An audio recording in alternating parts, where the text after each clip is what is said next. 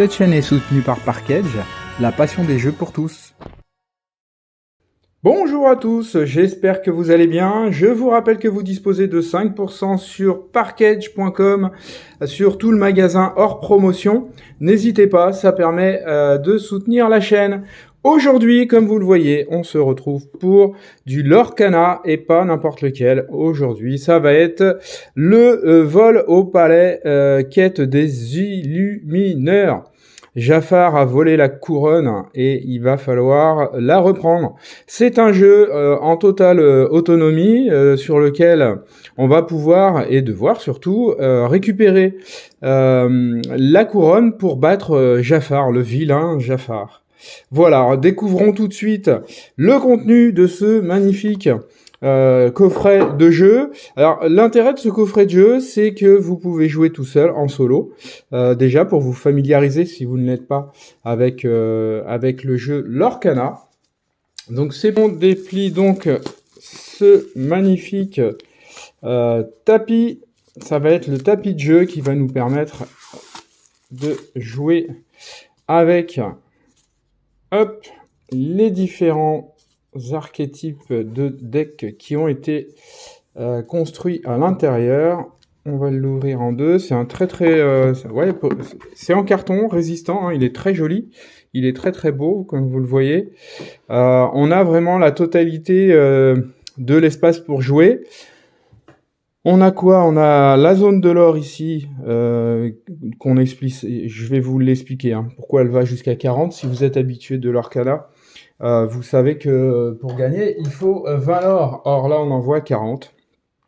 La zone de jeu de Jafar, la couronne qu'on ira poser, le vilain Jafar, et puis les différents lieux où on dépose sa main, sa réserve, les lieux, etc., etc. Et au dos, hop, je le retourne, on a un magnifique dessin de Jafar. Voilà. Il est super beau. Ça fait un vrai plateau un vrai playmat en carton dur. C'est vraiment du carton dur. Très joli. Donc on va le mettre sur le côté et puis on va regarder ce qui est à l'intérieur. Les règles, c'est un petit livret qui vous explique comment jouer. Si vous ne connaissez pas du tout l'Orcana, c'est pas très grave. Tout est fait ici tout a été pensé pour que vous puissiez jouer tranquillement. Voilà. Donc les règles sont simples. Le jeu l'Orcana en lui-même, il n'est pas très compliqué. Et le jeu vol au palais vous simplifiera encore plus les choses. Donc voilà, vous avez les règles à lire rapidement sans vous soucier trop. On a un premier petit paquet qu'on va ouvrir tout de suite, qui est la carte de Jafar. C'est la carte héros de Jafar. Voilà, elle est là. C'est le vilain sorcier suprême de l'Orcana, le voleur de la couronne. Le joli Jafar. Hop, très jolie carte. Et cette carte-là, sur le tapis, on vient la positionner à cet endroit-là, pendant le jeu. Et on a les différentes difficultés de jeu.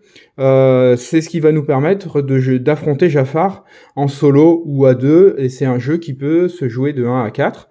De 1 à 4 joueurs, donc il n'y a aucun souci, vous pouvez inviter des amis. Il y a la difficulté facile, la difficulté normale, la difficulté difficile. Et on termine par la difficulté extrême. J'ai regardé quelques vidéos sur les difficultés. J'ai vu des vidéos sur la difficulté difficile, pas extrême, mais difficile. Et ils ont vraiment eu du mal. Donc on verra par la suite ce qu'on peut faire.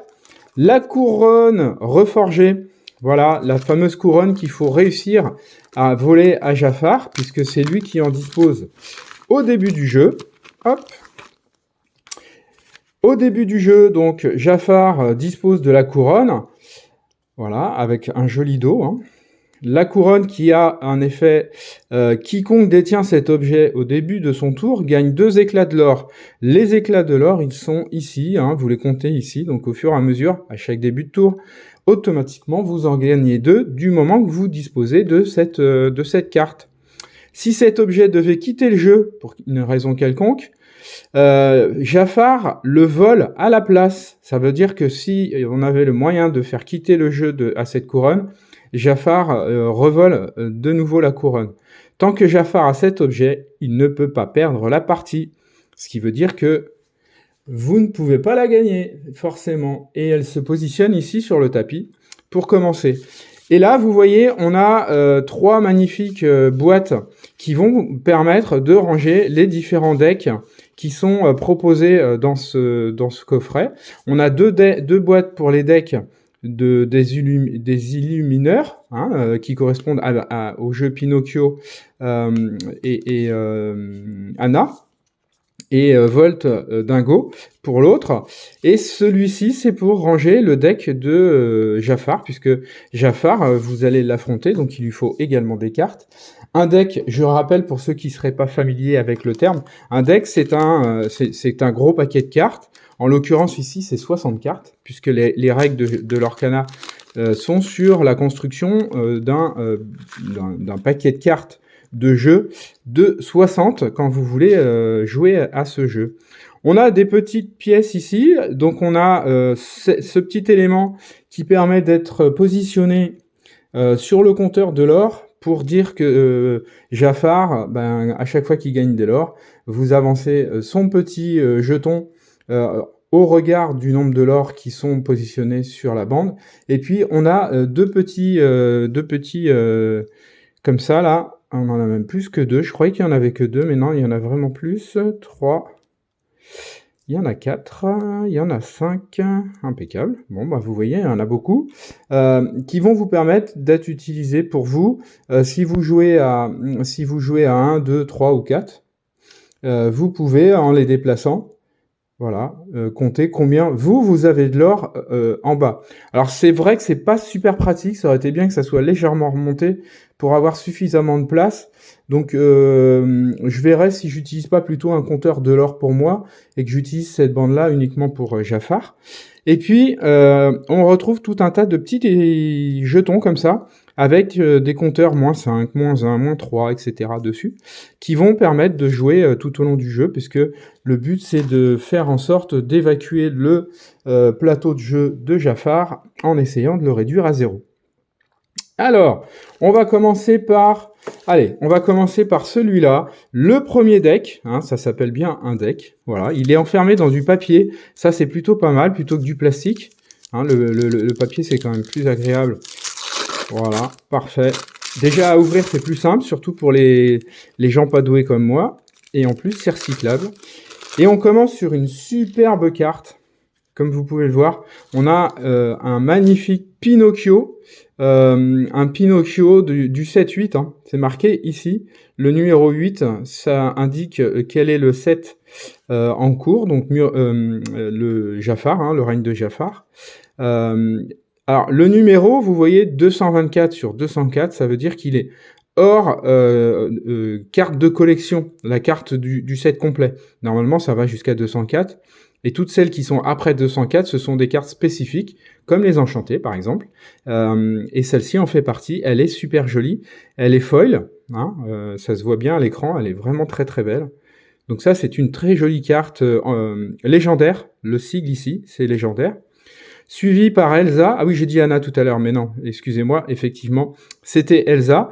Elsa, c'est pareil, c'est une super rare qui est en foil, magnifique. Et puis, voilà, donc le deck, il est constitué de différentes cartes, et si vous regardez en bas, vous verrez, il y a différents numéros. Donc là, on est sur le 7-5, on revient sur le 8. Voilà, on a plusieurs fois les mêmes cartes pour pouvoir les retrouver. Là, on a du 7. Quand on doit les mélanger, donc on va les passer un peu rapidement. Chacune de ces cartes, et vous aurez l'occasion, quand vous aurez acquis ce pack, vous aurez l'occasion de prendre connaissance des différentes synergies, des différentes aptitudes de chacune des cartes, et de comprendre rapidement que en jouant une carte avec une autre, elles vont bien ensemble et que du coup vous pouvez réaliser des petits mouvements qui sont assez sympathiques. Donc vous voyez, on en a vraiment, elles sont vraiment très très jolies. Hein. Le set, le jeu l'Orcana propose des cartes qui sont vraiment, vraiment très belles. Comme tous les TCG, hein, généralement, il y a vraiment des très belles cartes. Les illustrations sont assez sympas. Et là, on est dans les communes, hein, on voit le petit rond gris, là, c'est de la commune. Donc on a du Olaf, on a du Anna, voilà, et on finira avec l'eau à de la mémoire. Hop, c'est fini pour ce deck-là. Je vais le poser ici, même si c'est pas son emplacement d'origine, hein, puisque c'est le deck des Illumineurs, hein, le deck des joueurs. Hein. Je rappelle que les Illumineurs, en fait, c'est nous. C'est le côté gentil. Et puis le vilain, c'est celui du 7 en l'occurrence.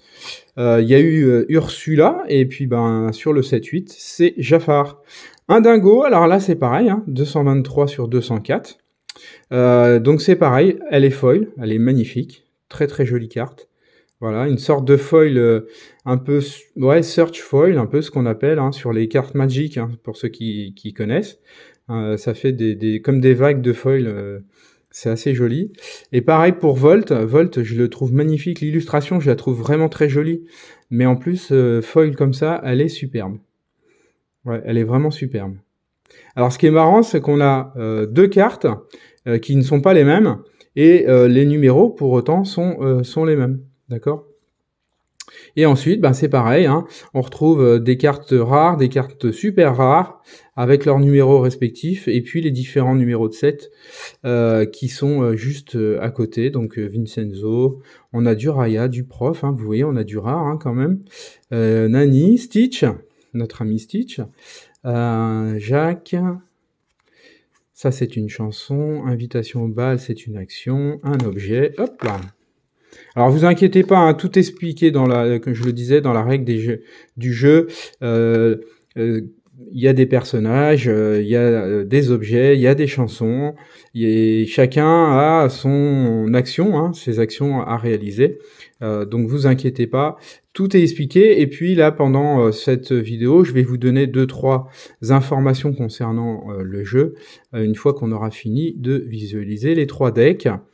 Voilà, on arrive vers la fin, toucher guérisseur. On a de la Mulan, Akela, Hercule aussi, hein, encore du Volt, hein, mais vous voyez, il y a plusieurs représentations de Volt en fonction notamment des sets, et parfois dans le même set, vous avez plusieurs Simba, plusieurs représentations, plusieurs illustrations, et donc plusieurs cartes à effets différents.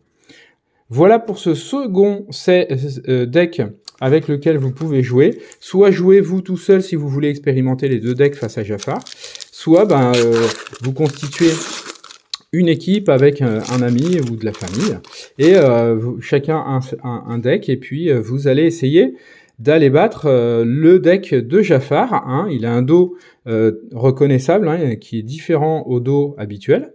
D'accord ? Ça, c'est le dos habituel des cartes qu'on retrouve dans le commerce. Et ça, c'est vraiment le deck avec le dos qui appartient à l'édition Jafar et à la quête des Illumineurs de Jafar.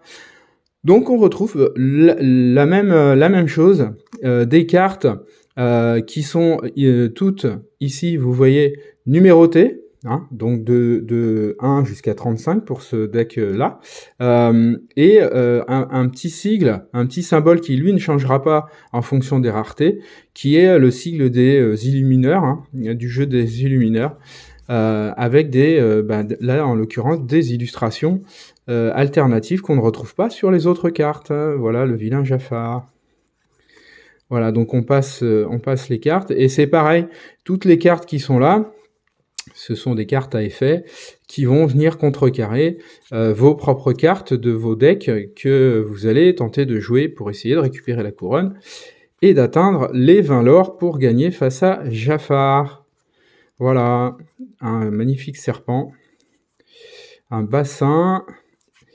Hop, et là on arrive sur les lieux. Donc les lieux, ce sont des endroits que l'on va poser ici, hein, sur ce tapis, et qui ont ce désavantage pour vous, hein, en tant que joueur, de bloquer en fait la situation. Il faut réussir à leur infliger 8 points ou 9 points, hein, pour celui-là, pour qu'il s'en aille tant qu'il y a un lieu sur le board de Jafar, la couronne est inaccessible. Donc il faut vraiment éviter qu'il y ait des lieux durant ce jeu. Il y a même, vous voyez, hein, il y a même un 10. Donc il y a des gros lieux. Donc ces lieux, c'est vraiment le point noir du board de Jafar pour nous, parce qu'il va falloir absolument s'attaquer aux lieux avant de s'attaquer aux éventuelles cartes de personnages qu'il aurait pu descendre pour contrecarrer notre avancée. On a une petite pochette fermée. Sachez que ce contenu restera scellé tant que moi, Jafar, serai le sorcier suprême de l'Orcana. Ça veut dire que cette carte-là, je ne vais pas vous la montrer aujourd'hui, pour la simple et bonne raison que, on va se plier aux règles, il est précisé que tant que vous n'avez pas gagné au moins une partie, vous ne pouvez pas ouvrir cette carte. Ça veut dire quoi? Ça veut dire qu'il va falloir que je gagne des parties pour pouvoir l'ouvrir. Et pour ça, il va falloir que je m'entraîne. Il va falloir que je m'entraîne en dehors des vidéos. Et une fois que j'aurai bien compris comment manipuler Jafar, je reviendrai faire une vidéo d'une partie et j'espère gagner, et je pourrai ouvrir ce booster. Voilà, et il nous reste le coffret où on peut ranger toutes nos cartes une fois qu'on a terminé tout le jeu, avec des magnifiques illustrations sur les côtés. Voilà. Et au dos, vous avez le descriptif complet du contenu avec ce qu'il faut faire, la chance de vaincre, voilà, quelques illustrations. Un très joli coffret à offrir.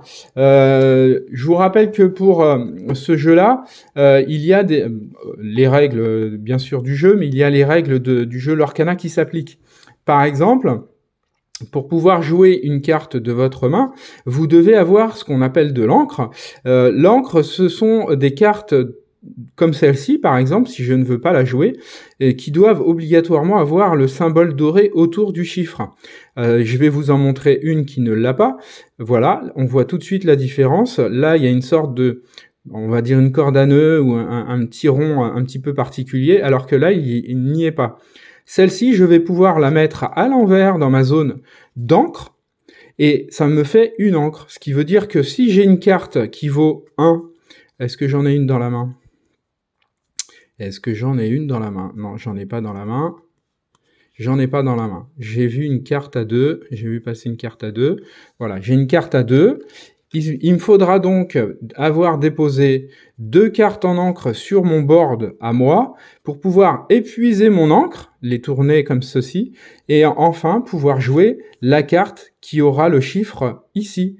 Tant qu'on n'a pas le chiffre ici, en quantité d'encre, on ne peut pas jouer. Voilà, c'est aussi simple que ça. Et puis une fois qu'on a joué la carte, on peut appliquer son effet. L'effet, il faut bien entendu le lire avant de poser la carte. C'est en fonction du jeu, vous allez ou non faire cet effet. Vous allez pouvoir, pour les personnages, les envoyer à l'aventure. Et si vous les envoyez à l'aventure et que votre adversaire ne contrecarre pas cet envoi à l'aventure, vous gagnez des lores. Et les lores, c'est ces petits symboles qui sont sur les côtés des cartes. Et vous pouvez gagner 1, 2, 5, jusqu'à 5 lores. Le petit volt qui est juste ici. Hop. C'est pas celui-là, il y en a un autre. Il y a un autre volt qui a 5 lores sur le côté. Donc systématiquement, quand vous l'envoyez à l'aventure, et qu'il n'est pas contrecarré, vous gagnez 5 lores. Et le but, pour vous, c'est d'avoir 20 lores. Donc jusqu'ici, 20 lores et la couronne de votre côté, et vous gagnez la partie. 20 lores et la couronne du côté de Jafar, vous êtes obligé de continuer jusqu'à pouvoir récupérer la couronne et avoir encore vos 20 lores. Donc vous pouvez dépasser 20 lores et récupérer la couronne, arriver à 29, 30 ou plus. Dès que vous l'avez, vous gagnez. Pareil pour Jafar. Jafar, lui, ce n'est pas 20, c'est 40 lores. Il a besoin de 40 lores plus la couronne pour gagner.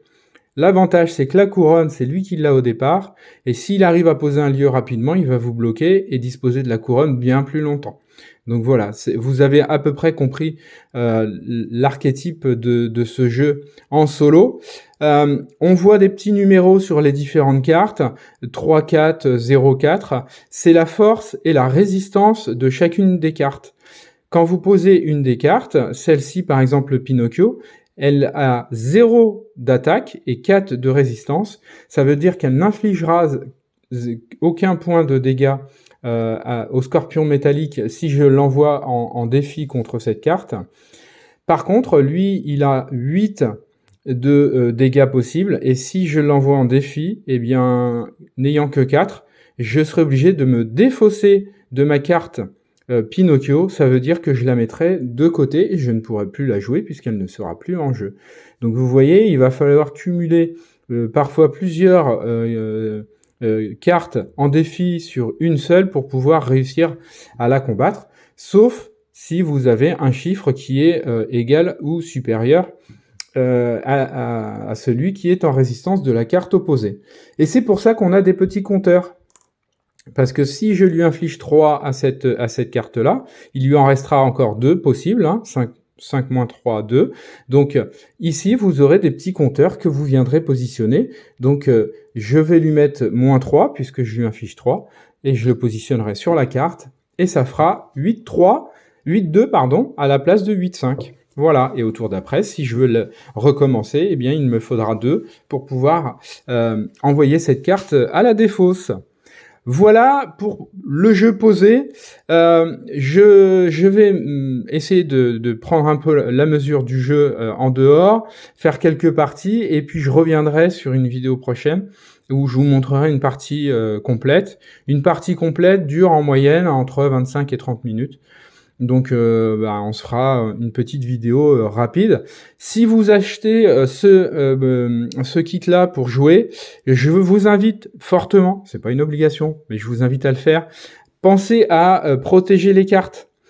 Pour les protéger, vous achetez ce qu'on appelle des sleeves. C'est des petites pochettes plastiques dans lesquelles vous allez glisser chacune des cartes. Et ainsi vous allez les protéger de des frottements, des rayures, le fait de les utiliser avec vos doigts. Vous pouvez avoir un peu de transpiration, un peu de gras sur les doigts, parce que on a toujours un peu de gras sur les doigts, hein, naturel. Et du coup, au fur et à mesure de l'utilisation, ça les abîme.